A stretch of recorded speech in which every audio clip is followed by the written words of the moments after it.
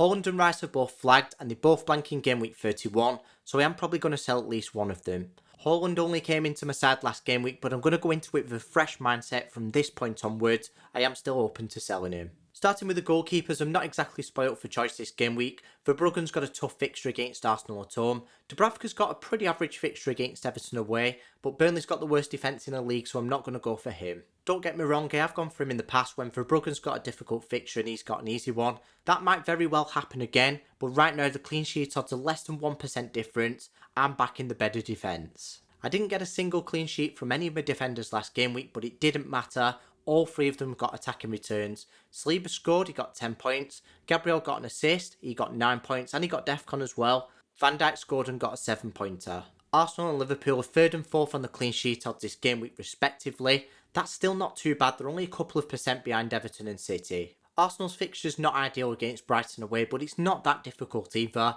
And Liverpool's got an easy fixture against Wolves away. It's just that Arsenal's defence is stronger, that's why they've got the better clean sheet odds. Liverpool's still got the best defensive fixtures, and after game week 25 when Liverpool faced City at home, I said Van Dijk's the best defender in the game right now because of the blanking game week 31 for Arsenal defenders, and he's got 17 points, 11 points, then 7 points.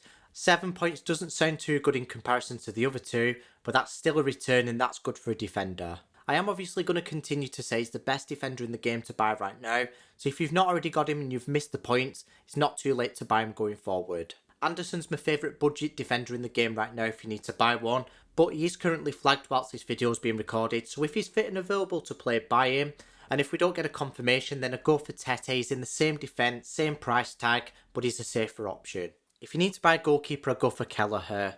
I know last game week corners were unfortunate, but he's just been cleared of paternity leave, so he is fine from this point onwards. I like Leno as well, but he's 0.2 mil more, and that Fulham defence isn't as strong as Brentford's. That's why I'm leaning towards Kelleher.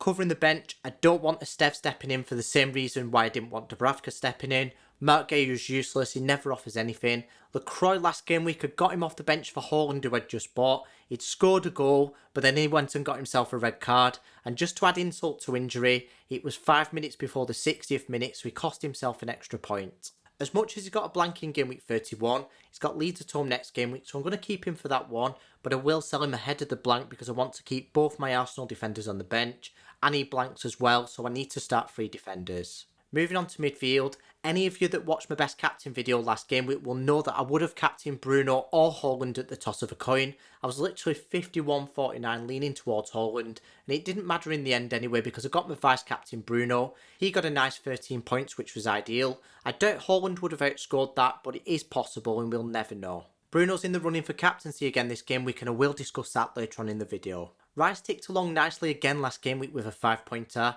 This game week he is flagged in the game whilst this video is being recorded with a 75% chance of playing, and there is a good chance that I'll be selling him. You will see shortly that I'm lining up an interesting replacement. Sar's blanked in all of his last 3 matches, and it does feel like he's not done much since he's come back from injury, but Spurs away is not a difficult fixture this game week, and it is promising with his minutes. He seems to be getting 90 minutes every game week. So like Lacroix, I'm going to keep him this game week, keep him for Leeds at home, then probably sell him ahead of blank game week 31. So last game week had a Brentford attacking triple up, and all of them got attacking returns against the worst team in the league for expected goals conceded. It's so true that fixtures create form. Hopefully I pronounced his name correctly this game week, Ouattara.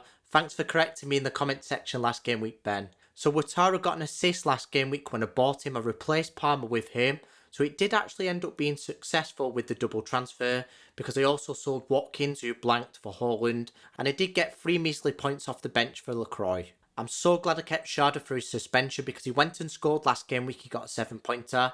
This game week they faced Bournemouth, it is away from home, but Bournemouth's defence isn't that great. Big match for Ouattara who faces his former club. Liverpool have got the best attacking fixtures just like the defence. Salah's 14 mil and I would consider him if you're selling Haaland, but if you've not already got Bruno, he's 4 mil cheaper, and Palmer's near enough 4 mil cheaper as well. I do prefer those two, they're more reliable. I just don't think Salah's that reliable this season, and his underlying stats aren't that promising, but we do need to keep an open mind and not write him off. We know he's got a high ceiling, he's not hit it this season, but they are easy fixtures. The midfielders that I'm interested in are in that mid-price bracket because I'm thinking of selling Rice. I've already got Sharda and Ouattara, so they're out the picture. I don't trust Gordon. If Wilson was declared fit, he'd be right up there as one of the best options, but I don't know if he's going to be available or not. Szoboszlai's got decent fixtures, but he's got a low ceiling. So for me, it's between Njai and Tavernier. Tavernier's just got back from injury, so his expected minutes aren't the best, but he is on penalty duties. Njai's also on penalty duties, and he is more nailed. He's got an easier fixture this game week against Burnley at home, but then it's as difficult as it gets next game week against Arsenal away. One thing I could do is get Njai this game week with the easier fixture, then Tavernier next game week, because that blank game week 31, there's not a lot of great options, not in terms of if you combine the difficulty ratings in 30 and 31. And he'll be back from injury for longer then, so his minutes should be better. So right now I'm thinking of getting Njai this game week, Tavernier either next game week or game week 31, or I could just go straight to Tavernier this game week, but it's something that I need to think about. If you need to buy a forward, then I think Thiago's your best option, because he's on penalty duties, but there's not much between him and Ekitike. And if you need to buy a second forward, you've already got Thiago.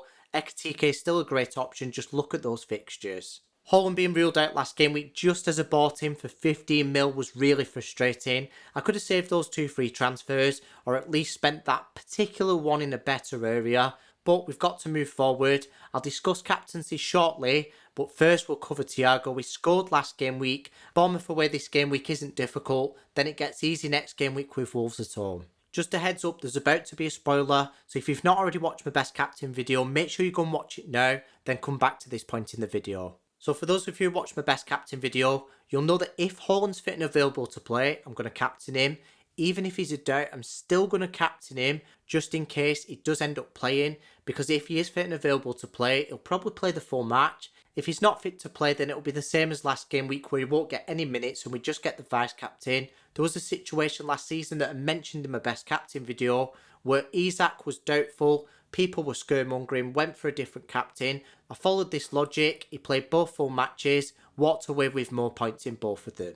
If he's ruled out just for this game week, then I'm still going to keep him for next game week because I think he's the best captain and there is a considerable gap in the games. But if he is ruled out long term, I'm going to have to change it up. I will probably sell Rice and Haaland for either Salah or Palmer, and with Ekitike as well because I've already got Thiago. But none of these captain picks are locked in. Make sure you subscribe so you don't miss any of my best captain videos or any of these team selection videos. If you want to see my final team reveal, it will be posted on Patreon then Twitter. As things stand, I'm thinking of doing Rice to Njai, but that's not locked in.